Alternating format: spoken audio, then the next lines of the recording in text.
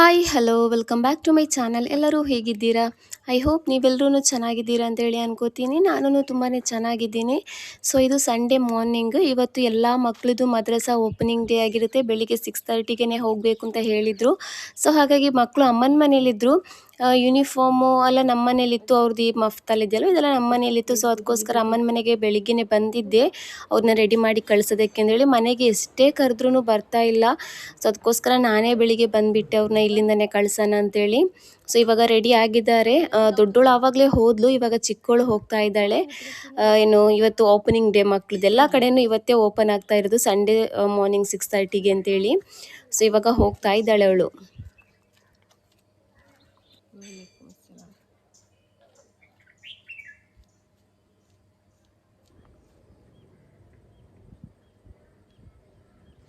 So ಹಾಗೆಯೇ ತುಂಬ ಜನ ಏನು ನಾನು ಮಂದಿ ಅಂತಲೂ ಹೇಳ್ಬೋದು, ಮಧುತ್ ಅಂತಲೂ ಹೇಳ್ಬೋದು, ಅದ್ರದ್ದು ರೆಸಿಪಿನ ತುಂಬ ಜನ ನನ್ನ ಹತ್ರ ಕೇಳ್ತಾ ಇದ್ರು.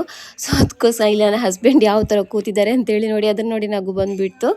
ಸೊ ತುಂಬ ಜನ ಕೇಳಿದರು ರೆಸಿಪಿನ. ಸೊ ಇವತ್ತು ನಾನು ಶೇರ್ ಮಾಡ್ತಾ ಇದ್ದೀನಿ ಅದರದ್ದು ರೆಸಿಪಿನ. ಅಂದರೆ ನಾನು ಮಾಡ್ತಾ ಇಲ್ಲ, ನಮ್ಮ ಅಮ್ಮ ಮಾಡ್ತಾ ಇದ್ದಾರೆ. ಅದರದ್ದು ರೆಸಿಪಿನ ನಿಮ್ಮ ಜೊತೆ ಶೇರ್ ಮಾಡೋಣ ಅಂತೇಳಿ. ಹಾಗೆಯೇ ನನ್ನ ತಂಗಿ ಹಸ್ಬೆಂಡ್ ಬರುವಾಗ ಏನು ಕೋನ್ ಐಸ್ ಕ್ರೀಮ್ ತಗೊಬಂದಿದ್ರು. ಸೊ ಅದನ್ನು ಇಲ್ಲಿ ತಿಂತಾ ಇದ್ದೀನಿ. ಬಟರ್ ಸ್ಕಾಚ್ ನಂದು ಫೇವ್ರೇಟ್ ಫ್ಲೇವರ್ ಅಂದರೆ ಚಾಕ್ಲೇಟ್. ಬಟ್ ಏನು ಮಾಡೋದು, ಇವಾಗ ಚಾಕ್ಲೇಟ್ ಇಲ್ಲ, ಬಟರ್ ಸ್ಕಾಚೇ ಇರೋದು. ಸೊ ಅದನ್ನೇ ತಿಂತೀನಿ ಇವಾಗ. ಇಲ್ಲಿ ಏನು ಚಿಕನ್ ಎಲ್ಲ ವಾಶ್ ಮಾಡಿ ಒಂದು ಪಾತ್ರೆ ಹಾಕಿದ್ದಾರೆ. ಇವಾಗ ಇದಕ್ಕೆ ಪುದೀನ ಸೊಪ್ಪನ್ನು ಹಾಕೋತಾ ಇದ್ದಾರೆ. ಇಲ್ಲಿ ಪುದೀನ ಸೊಪ್ಪು ಸ್ವಲ್ಪ ಕಮ್ಮಿ ಇತ್ತು.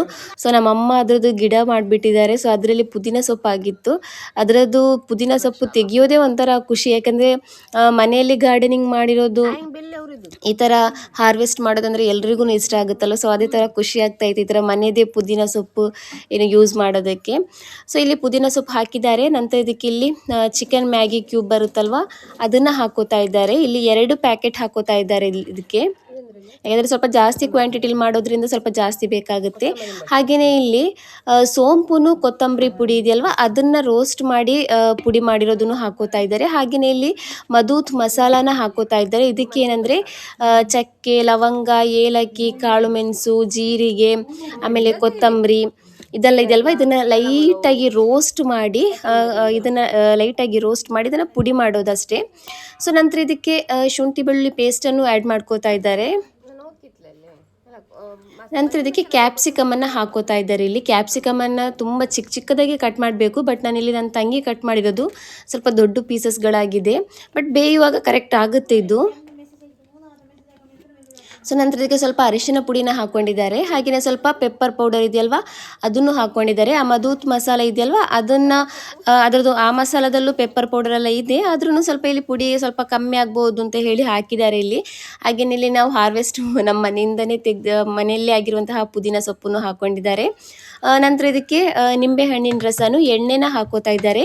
ಇಲ್ಲಿ ಎಣ್ಣೆ ಸ್ವಲ್ಪ ಜಾಸ್ತಿ ಕ್ವಾಂಟಿಟಿಲಿ ಬೇಕಾಗುತ್ತೆ. ಗೊತ್ತಿದೆಯಲ್ವ ಈ ಮಂದಿ ರೈಸ್, ಅರೇಬಿಯನ್ ರೈಸಲ್ಲಿ ಇದೆಯಲ್ವ ಇದೆಲ್ಲ ಮಾಡ್ಕೊಳ್ಳುವಾಗ ಸ್ವಲ್ಪ ಎಣ್ಣೆ ಸ್ವಲ್ಪ ಜಾಸ್ತಿ ಕ್ವಾಂಟಿಟಿಲಿ ಬೇಕಾಗುತ್ತೆ. ಸೊ ನಂತರ ಇದನ್ನೆಲ್ಲ ಕೈಯಲ್ಲೇ ಚೆನ್ನಾಗಿ ಮಿಕ್ಸ್ ಮಾಡ್ಕೋತಾ ಇದ್ದಾರೆ. ಇಲ್ಲಿ ಉಪ್ಪನ್ನು ಹಾಕ್ಕೊಂಡಿಲ್ಲ, ಯಾಕೆಂದರೆ 2 ಪ್ಯಾಕೆಟ್ ಮ್ಯಾಗಿ ಕ್ಯೂಬನ್ನು ಹಾಕ್ಕೊಂಡಿದ್ದಾರಲ್ವ. ಸೊ ಅದರಲ್ಲಿ ಉಪ್ಪು ಆಲ್ಮೋಸ್ಟ್ ಇರುತ್ತೆ. ಬೇಕಂದರೆ ನಾವು ಆಮೇಲೆ ಹಾಕೋಬೋದು, ಕಮ್ಮಿ ಆದರೆ ಫಸ್ಟಿಗೆ ಹಾಕೋದಕ್ಕೆ ಹೋಗಬೇಡಿ. ನಂತರ ಇದಕ್ಕೆ ಇಲ್ಲಿ ಕೊತ್ತಂಬರಿ ಸೊಪ್ಪನ್ನು ಆ್ಯಡ್ ಮಾಡ್ಕೋತಾ ಇದ್ದೀವಿ. ಇದನ್ನು ಇವಾಗ ಚೆನ್ನಾಗಿ ಮಿಕ್ಸ್ ಮಾಡಿ ಇದನ್ನು ಒಂದು ಅರ್ಧ ಗಂಟೆ ಆದರೂ ಇದನ್ನು ಮ್ಯಾರಿನೇಷನ್ ಗಿಡನ.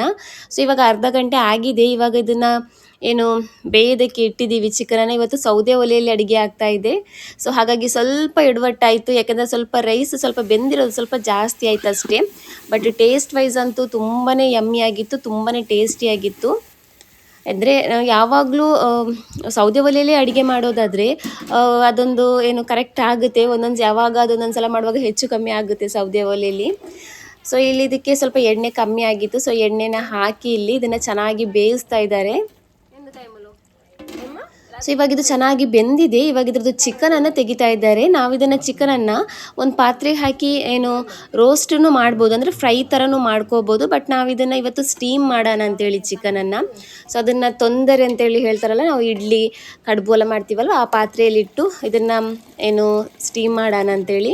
ಹಾಗೆಯೇ ಇಲ್ಲಿ ನಾವು 1 kg ಅಕ್ಕಿನ ಯೂಸ್ ಮಾಡಿರೋದು. 1 kg ಅಕ್ಕಿಯಿಂದ 4 ಗ್ಲಾಸ್ ಅಕ್ಕಿ ಬರುತ್ತೆ. 1 ಗ್ಲಾಸಿಗೆ 1.5 ಗ್ಲಾಸಷ್ಟು ನೀರನ್ನು ಹಾಕೋಬೇಕು. ಸೊ ಇಲ್ಲಿ ನೀರನ್ನು ಹಾಕಿ ಚೆನ್ನಾಗಿ ಕುದಿಯೋದಕ್ಕೆ ಇಟ್ಟಿದ್ದೀವಿ. ಇವಾಗ ಈ ಚಿಕನನ್ನು ಇಲ್ಲಿ ಸ್ಟೀಮ್ ಆಗೋದಕ್ಕೆ ಇಡ್ತಾ ಇದ್ದೀನಿ.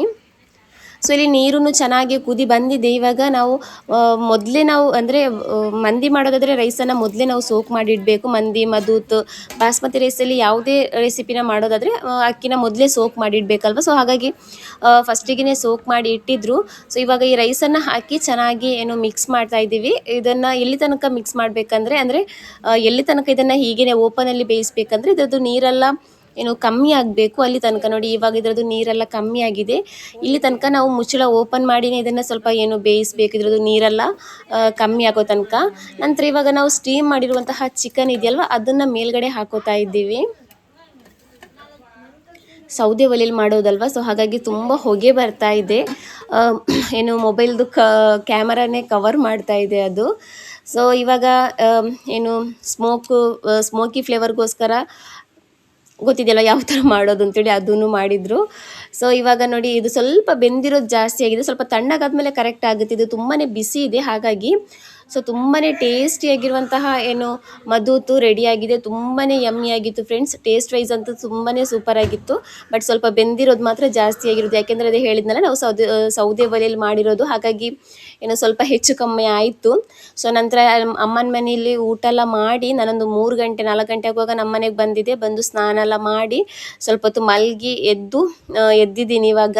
ಇವತ್ತು ಕ್ಲೈಮೇಟ್ ಒಂದು ಸ್ವಲ್ಪ ಚೆನ್ನಾಗಿದೆ, ಒಂಥರ ಕೂಲ್ ಆಗಿದೆ ಕ್ಲೈಮೇಟ್. ಹಾಗೆಯೇ ಇಲ್ಲಿ ಬಟ್ಟೆ ಎಲ್ಲ ಮಡಚೋದಿತ್ತು, ಇವಾಗ ಇದನ್ನೆಲ್ಲ ಮಡಚಿ ಇಡೋಣ ಅಂತೇಳಿ ಇಡ್ತಾ ಇದ್ದೀನಿ. ತೆಗೆಯೋದಕ್ಕೆ ಮಲಗೋದಕ್ಕಿಂತ ಮೊದಲೇ ಮೇಲ್ಗಡೆಯಿಂದ ತಗೊಬಂದು ಕೆಳಗಡೆ ಇಟ್ಟಿದ್ದೆ ಮಡ್ಚಾನ ಅಂತೇಳಿ, ಬಟ್ ಮಡ್ಚೋದಕ್ಕೆ ಹೋಗಿಲ್ಲ. ಸೊ ಇವಾಗ ಇದನ್ನೆಲ್ಲ ನಾನು ಮಡಚಿ ಇಡ್ತಾ ಇದ್ದೀನಿ. ನನಗೆ ಬಟ್ಟೆ ಮಡಚೋದಂದ್ರೇ ಒಂಥರ ಉದಾಸೀನ, ಲೇಟ್ ಆಗಿಬಿಡುತ್ತೆ ಮಡಚೋದಕ್ಕೆ. ಸೊ ಇವಾಗ ಅದನ್ನು ಮಡಚಿ ಇಡೋಣ ಅಂತೇಳಿ ಮಡಚಿಡ್ತಾ ಇದ್ದೀನಿ.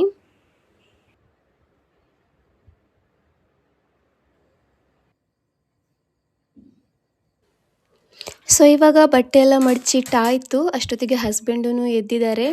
ಯಾವಾಗ ಸಂಜೆ ಒಂದು 4:15 ಅಷ್ಟೊತ್ತಿಗೆ ಮಲಗಿರೋರು, ಇವಾಗ ಎದ್ದಿರೋದು. ಸೊ ಇವಾಗ ಎದ್ದವ್ರಿಗೆ ಇಲ್ಲಿ ಟೀ ಮಾಡಿ ಕೊಡೋಣ ಅಂತೇಳಿ. ಅವ್ರಿಗೆ ಜಾಸ್ತಿ ಏನು ಟೀ ಬೇಕಾಗಿರೋದೊಂದು ಸ್ವಲ್ಪ ಆದ್ರೂ ಕುಡಿಯೋದಂತೂ ಕುಡಿಲೇಬೇಕು.